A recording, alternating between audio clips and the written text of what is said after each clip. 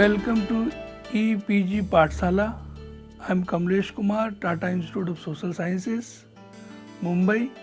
I am going to talk about custodial violence and third degree methods of interrogations.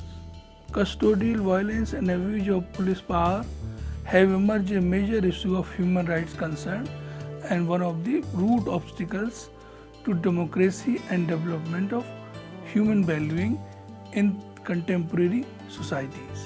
Even in India, custodial violence has drawn attention of public, media, legislature, judiciary, and even Human Rights Commission.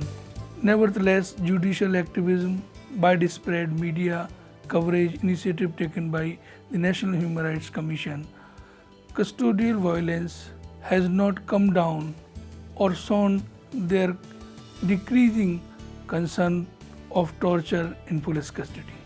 Custodial violence has not only increased in manifold dimensions nowadays but also became a routine police practice of interrogation these days.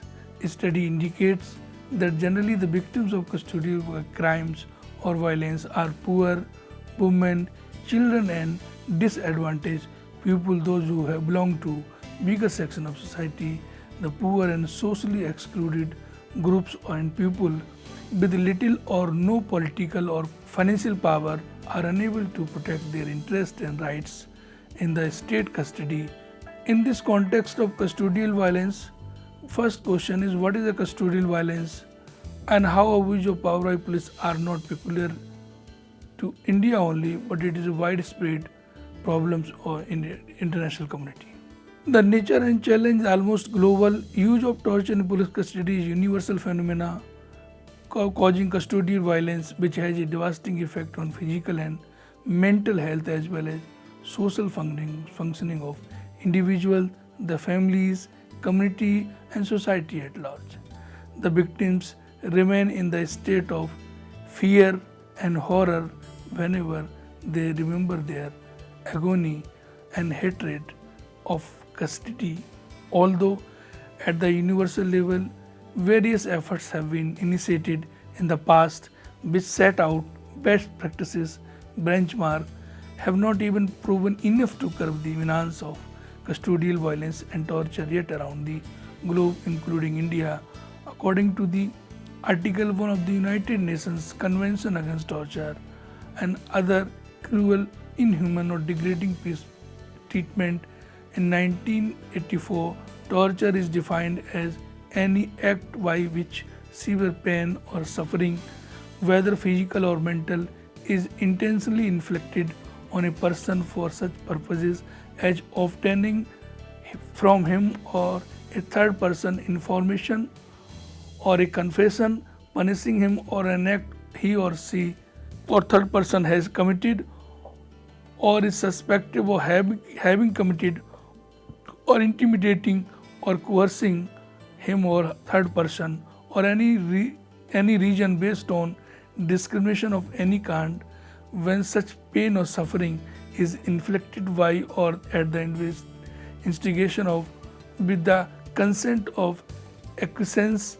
of public officials or any other person acting as a official capacity, is does not include pain or suffering arising only from the inheritance in or accidental to lawful sanction. The word torture, also defined by the Supreme Court of India in a famous case of D.K. Vasu versus State of West Bengal, ARI 1997. The Supreme Court defined torture of a human being by another human being is essentially an instrument to impose the will of strong over weak by suffering. The word torture today has become synonymous with the dark side of human civilization. Torture is a wound in the soul so painful that sometimes you cannot almost touch it. But it is also so intangible that there is no way to heal it.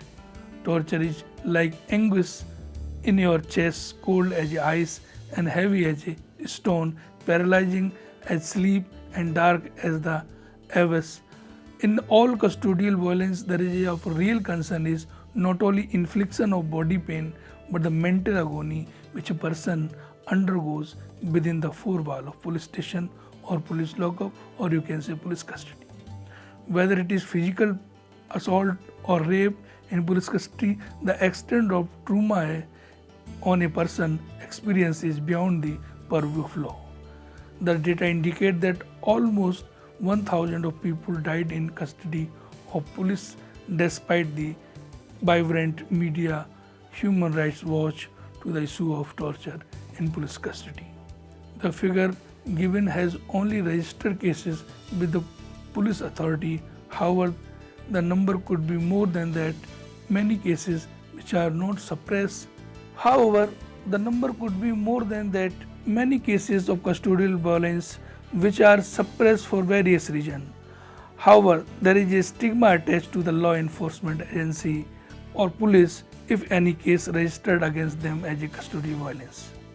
Police is behaving like a punishment agency, although police is by law as a agents of law, not as a punishment authority. International human rights framework has emerged against torture. India has ratified many international human rights treaties, conventions and norms, including the United Nations Convention Against Torture and other cruel, inhuman or degrading treatment and punishment. It's called UNCAT 1984. The Human Rights Council was created on 15th March 2006 by the UN Assembly in Resolution 60/251, which involved a universal periodical review of human rights of all UN country member states, including India, under which the process have been reviewed in its first 2008 and later on 2012 respectively. Both the reports under UPR have discussed following issues related with torture in police custody concerning with India.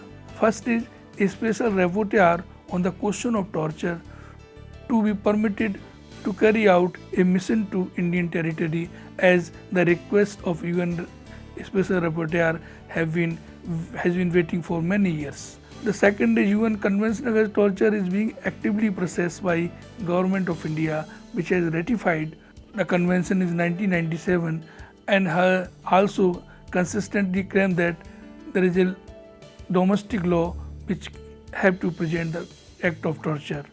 But its real story is different. In every case, in every corner of the country, the cases of custodial torture happening every day. So there is a long-standing demand to ratify the convention and also declaring it as a crime as early as possible. Constitutional and legal obligation. The real legal framework in India, both constitutional and statutory, contains provisions relating to safeguards, arrest, detention, custodial torture and other crimes in custody. The substantive law, so-called Indian Penal Code 1861, provides punishment of a person causing injury, torture or death of the body of a person in custody. The procedure law, Criminal Procedure Code 1973 and Indian Evidence Act 1872 contains several provisions safeguarding the legal rights of a person in custody. The constitutional and relevant statutory provisions on the subject have been supplemented by the significant judicial pronouncements. In addition to the Protection of Human Rights Act 1993, provide institutions of national and state human rights commissions as a new mechanism to monitor the cases of custodial violence in day-to-day basis. Section 330 and 331 of the Indian Penal Code provides for punishment of those who inflict injury or grievous hurt on a person to extort confession or information with regard to the commission of an offence. Section 330 therefore directly makes the torture punishable under the Indian Penal Code 1860. Is Section 331 read with section says whosoever voluntarily causes hurt for the purpose of extorting from the surrender or any person interested in the sufferer any confession of any information which may lead to the detection of an offense or misconduct, or for the purpose of constraining the sufferer or any person interested in the sufferer to the restore or cause the restoration of any property or valuable security, of satisfying any claim or demand, or give any information which may lead to restoration of any property or valuable security, shall be punished with imprisonment of either description for a term which may extend to 7 years, and shall also be liable to fine according to section 331. Whosoever voluntarily causes grievous hurt for the purpose of extorting from sufferer or any person interested in the sufferer any confession or any information which may lead to the detection of an offense or misconduct, or for the purpose of constraining the sufferer of any person interested in the sufferer, or to restore or to cause restoration of any property or valuable security, or to satisfy any claim or demand, or to give information which may lead to the restoration of any property or valuable security, shall be punished with imprisonment of either description of a term which may extend to 10 years, and shall also be liable to fine. The arrested person has right to medical examination if or he or she complained of torture, maltreatment under section 54 of the Code of Criminal Procedure Code. Under 56, 57, 58 sections of CRPC related with safeguard of a person who is in custody of police. Section 57 says that no police officer shall be detained in any custody any person without warrant or longer period under any circumstances of cases reasonable, and such period shall not, in the absence of a special order or magistrate under section 167 of exceed. Exceeding 24 hours without any reasonable cause is violation of a human right to person in the custody. In recent years, there is a development of law took place as a substantive and procedural laws have been amended, many statutes providing the strong background against the custodial abuses in police custody. As far as concerned the sexual violence against a woman in police custody, the law enforcing agency by the citizen as a police primarily agency to ensure the safety of women and children who are downtrodden and also not forgiven by the society if they themselves get involved in rape cases against women in custody.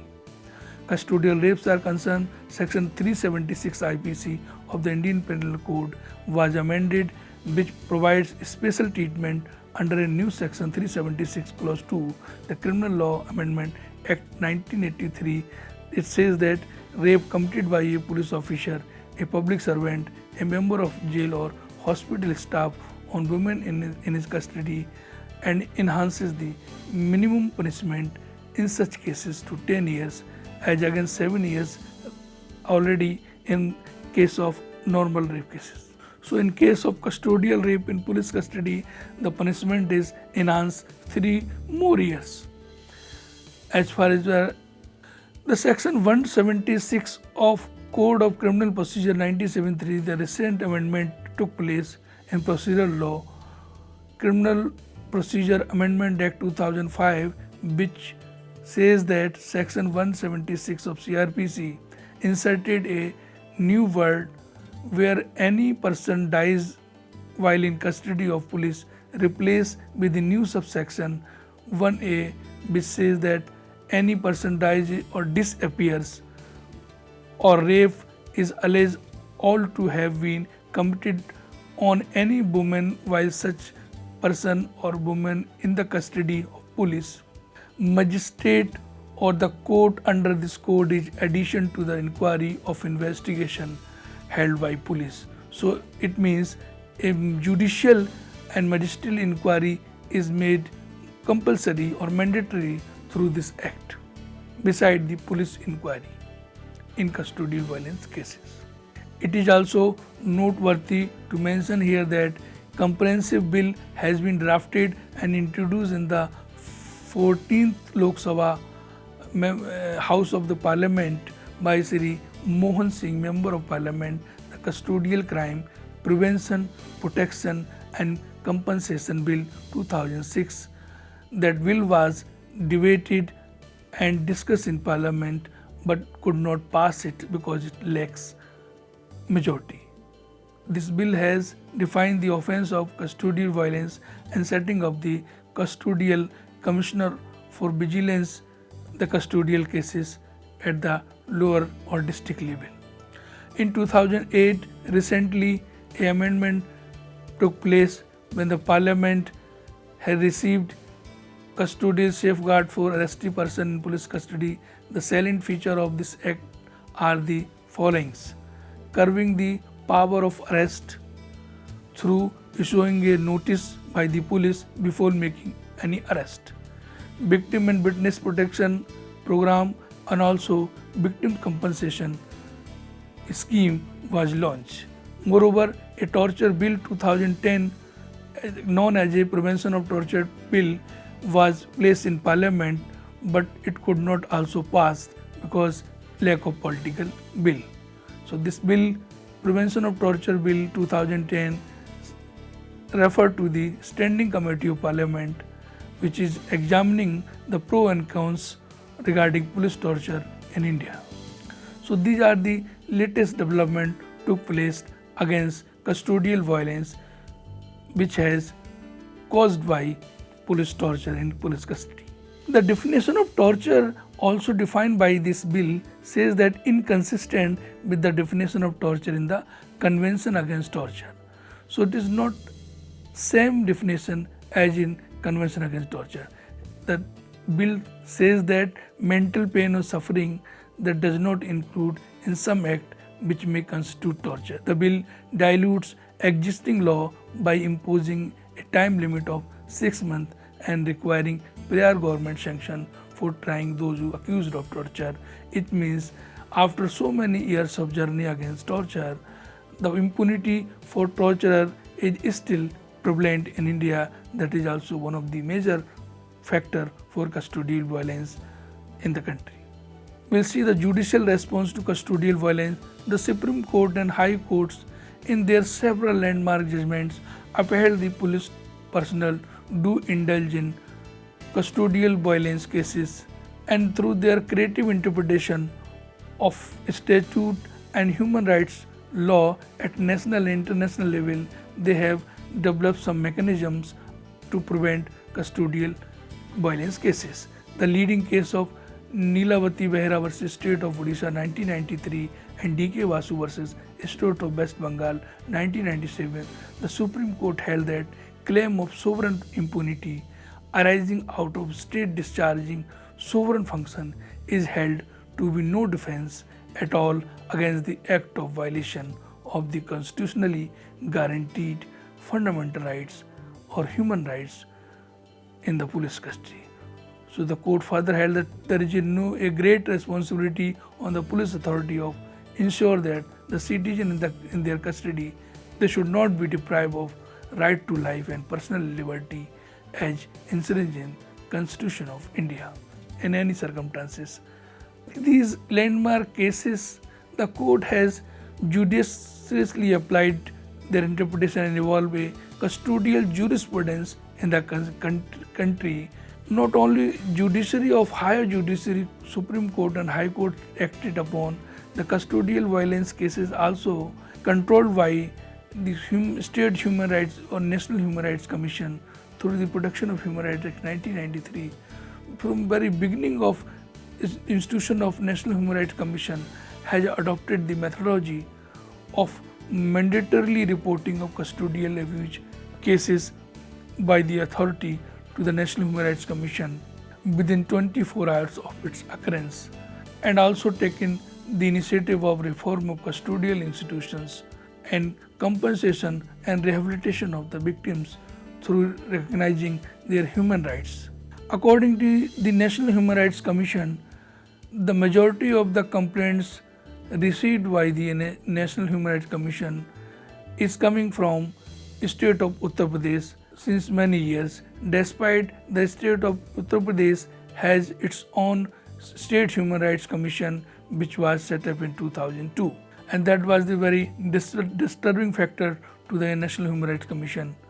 The Commission has observed that many cases of custodial violence are not reported timely to the Commission. Video recording and postmortem reports are also diluted and also not sending in proper time to the Commissions. Visit to NHRC officer in many cases of custodial violence as a human right proceedings, and they find out that despite many guidelines, pre-arrest, arrest and post-arrest, the custodial violence cases are not come down at any cost. On the Human Rights Cell and Human Rights Complaint Authority established by the state government at police headquarters also not successfully intervene in the cases of custodial violence. So there are two case studies mentioned in this format. The case study one is leading case study of Human Rights Commission has received intimation from the Superintendent of Police that one Ram Kumar, who was wanted in a case under Section 306 IPC registered at the Pali Police Station of District Korba in Chhattisgarh, had died. The deceased and had been arrested on 8 November 2003. He was found to be very weak at the time of arrest. The police said, as police usually said, that person who has died in police custody because of the ill health or weak of the body. So the theory of police suicide in police custody is totally refuted by the State Human Rights or National Human Rights Commissions in many occasions.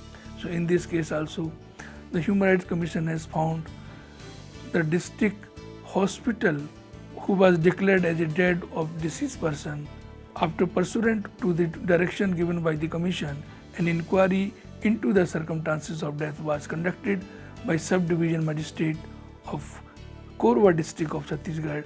He observed that in view of the frail health of accused, the police should have either deferred the arrest of it. It was absolutely necessary to arrest him. The investigation officer should have promptly made arrangement for providing medical care to the arrestee.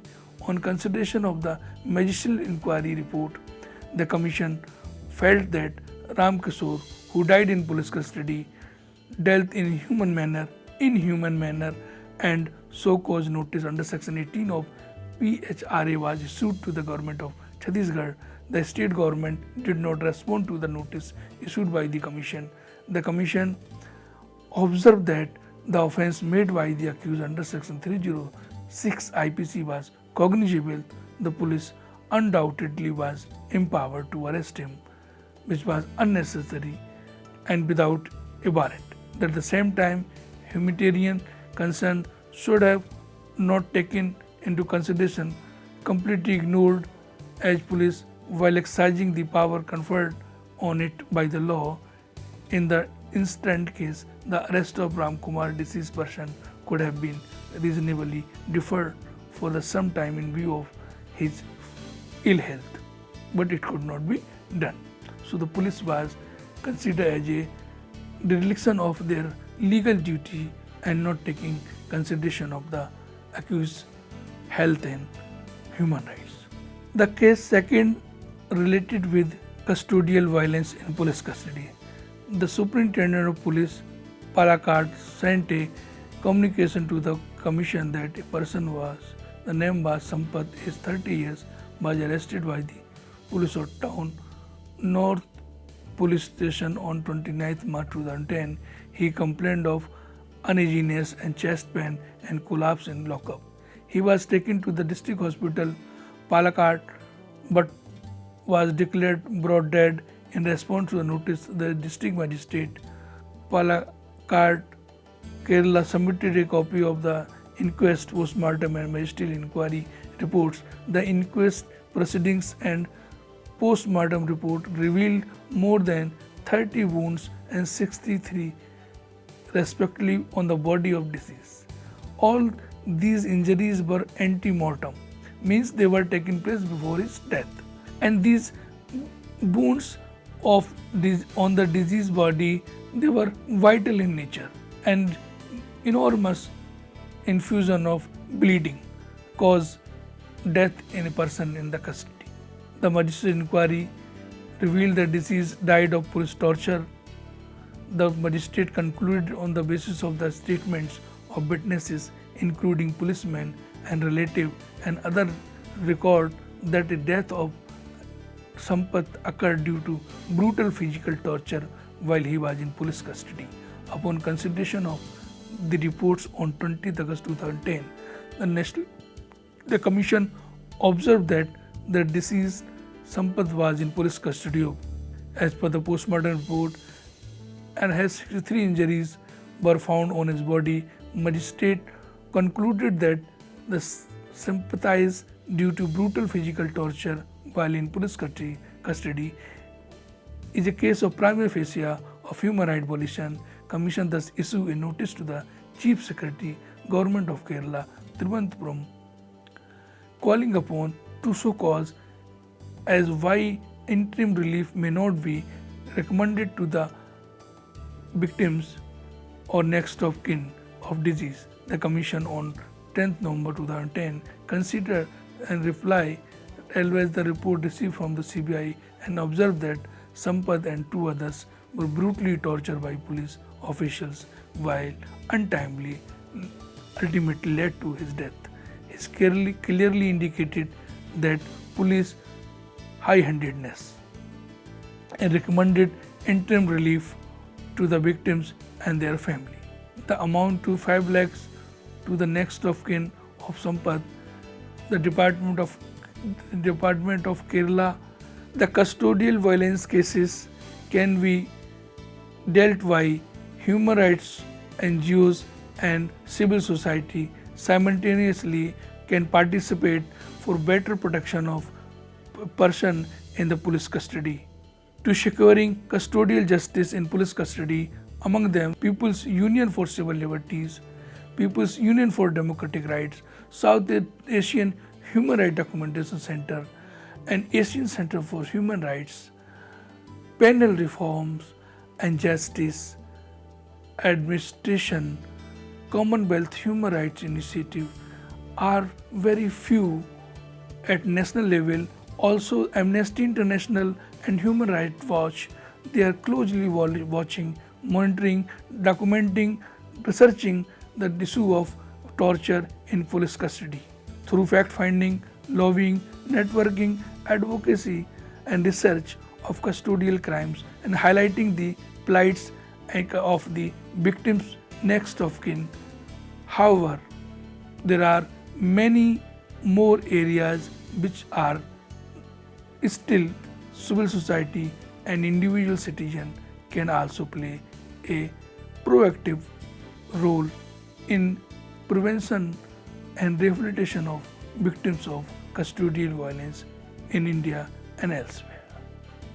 There are few voluntary organizations, those who have come forward and helping the victims of custodial violence, including police tortures, as Subodhya Center for Rehabilitation of Victims of Torture and Violence based in Delhi, Center for Care of Victims located in Kolkata in West Bengal. There are few voluntary organizations, so-called NGO. Their names are as Center for Care of Victims of Torture based in Kolkata, Center for Organization Research and Education for Community Program for Young Survivors of Torture based in Manipur, Subodhya Center for Rehabilitation of Victims of Torture and Violence based in Delhi, and Tibetan Torture Survivors Program Dharamsala, Himachal Pradesh, and also Biswa Mahil Mandali, Vijayawada, Andhra Pradesh, Rehabilitation Center for Torture Trichur, Tamil Nadu are worth mentioning. Those who are working for victims of torture and their rehabilitation, including the financial support, vocational support, and also psychological and social support to the victims of custodial violence and torture in India. The media, electronic and paper-based media can play a very active role in prevention of custodial violence through their active participation and dedication to the issue of custodial violence while dedicating the plights of the victim or custodial violence and even victim and witness protection program. They could also highlight their condition, their apathy, and collaborate with local NGOs or civil society, including citizens, elected people, and various professionals and people working in different profession, corporate, and other sectors could participate as a collaborative way and to prevent the act of custodial violence and torture in police custody. The government organizations, non-government organizations, media people, citizens people, however, custodial violence is endemic in India, and this is a fact acknowledged by the authority that widely documented by various fora. Police forces are poorly trained on investigation method and on relying on the old method of policing, that is the physical torture.